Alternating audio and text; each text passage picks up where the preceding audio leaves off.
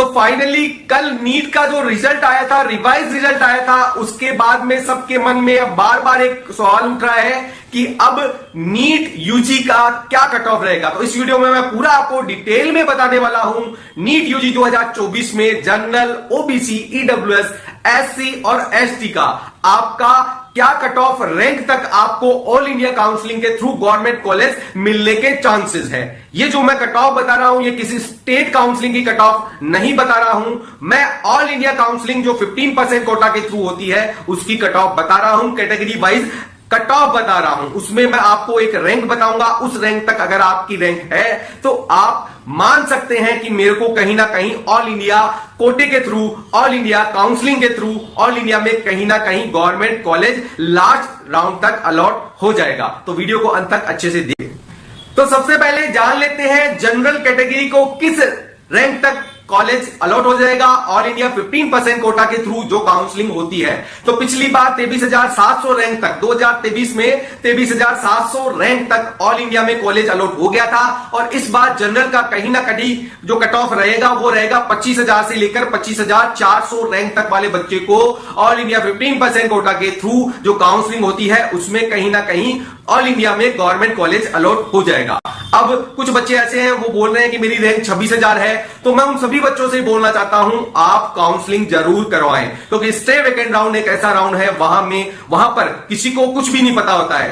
400, 500, 1000 rank तक वाले बच्चे हैं उनको अप डाउन चलता रहता है। मतलब आप सोचते हैं 25,500 तक ही कट ऑफ रहेगी, लेकिन वहां पर 26,000, 26,200 वाले बच्चों को भी कॉलेज अलॉट हो जाता है। तो आप काउंसलिंग जरूर करवाएं और जिससे आपको कॉलेज मिलने के पूरे चांस नजर आए। अब बात करते हैं ईडब्ल्यूएस की। तो ईडब्ल्यूएस एकमात्र ऐसी कैटेगरी थी जनरल, ओबीसी, ईडब्ल्यूएस में मिलाकर जिसने पिछली बार 25,000 रैंक तक का आंकड़ा पार किया था। मतलब पिछली बार 25,000 के ऊपर तक रैंक वाले बच्चों को ऑल इंडिया 15% कोटा के थ्रू ईडब्ल्यूएस कैटेगरी में गवर्नमेंट कॉलेज मिल गया था। इस बार आपकी जो ईडब्ल्यूएस की कट ऑफ रहेगी वो रहेगी 26,400 से लेकर 26,800 तक रैंक वाले बच्चे को पूरा चांस है कि ऑल इंडिया 15% कोटा के थ्रू कहीं ना कहीं ऑल इंडिया में गवर्नमेंट कॉलेज अलॉट हो जाएगा। अगर आप ईडब्ल्यूएस से हैं, आपकी रैंक 26,000 से 27,000 से ऊपर है, मतलब 27,000 है, 27,200, 300, 500 भी है, तो आप ऑल इंडिया की काउंसलिंग में जरूर भाग लें, क्योंकि आपको लास्ट राउंड में कहीं ना कहीं कॉलेज मिलने के चांसेस नजर आ सकते हैं।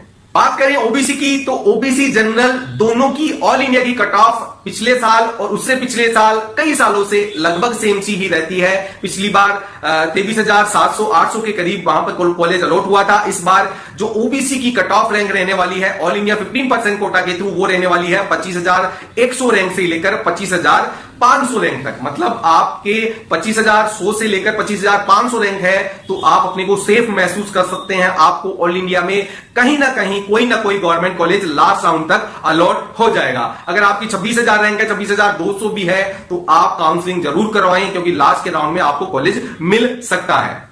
अब बात करते हैं एससी कैटेगरी की। तो एससी कैटेगरी के अंदर इस साल जो कट ऑफ रैंक तक आपको गवर्नमेंट कॉलेज अलॉट होने वाला है वो होने वाला है 1,30,000 रैंक से लेकर 1,32,000 तक रैंक है। तो आपको ऑल इंडिया 15% कोटा के थ्रू एससी कैटेगरी के अंदर कहीं ना कहीं ऑल इंडिया में गवर्नमेंट कॉलेज मिलने के पूरे चांसेस दिखाई देते हैं। बात करें एसटी कैटेगरी की, तो एसटी कैटेगरी के अंदर इस साल जिस कट ऑफ रैंक तक कॉलेज मिलने के चांस है गवर्नमेंट कॉलेज जो हमें दिखाई दे रहे हैं वो है 1,55,000 से लेकर 1,58,000। अगर आपकी रैंक है, आप एसटी कैटेगरी से बिलोंग करते हैं, तो आपको ऑल इंडिया 15% कोटा के थ्रू कहीं ना कहीं ऑल इंडिया के अंदर गवर्नमेंट कॉलेज मिल जाएगा। काउंसलिंग अगर आप अच्छे से करवाएंगे तो आपको अच्छा कॉलेज मिलेगा और इसके लिए आपको क्या करना है, हमसे जुड़ना। नए हैं तो चैनल को सब्सक्राइब जरूर करिएगा जिससे आपको नीट से रिलेटेड सभी जानकारी मिल सके। धन्यवाद।